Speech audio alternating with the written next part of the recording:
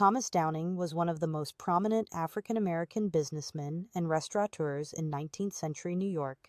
Born free in 1791 on Virginia's Eastern Shore to parents who were formerly enslaved, Thomas grew up in a community that valued education and self-reliance.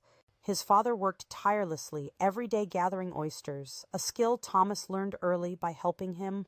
By 1818, Thomas wanted to find something greater. He moved to New York City, where the bustling port and growing population offered new possibilities. Thomas began working in hotels and catering, quickly realizing that oysters were not just cheap street food, but could also be a luxury product when served with elegance.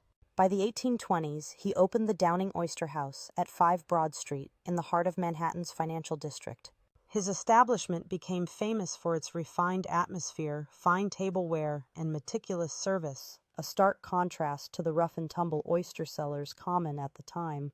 Downing's clientele included wealthy bankers, politicians, and visiting dignitaries who dined alongside merchants and social leaders. Even the Astors and Vanderbilts frequented his restaurant. Though he moved in elite circles, Downing never forgot his community. He was a dedicated abolitionist, using his resources and connections to fight slavery. The Oyster House's basement doubled as a safe haven on the Underground Railroad, where he hid freedom seekers until they could be moved to safety. He also funded schools for African American children and was active in church and civic organizations.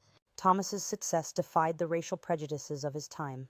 His reputation was so strong that when New York's Common Council tried to force him to shut down his restaurant in the 1840s due to discriminatory licensing laws, prominent white businessmen rallied to his defense, and he won the right to continue operating. By the time of his death in 1866, Thomas Downing was not only wealthy, but deeply respected across newspapers across the country reported his passing, calling him the Oyster King of New York.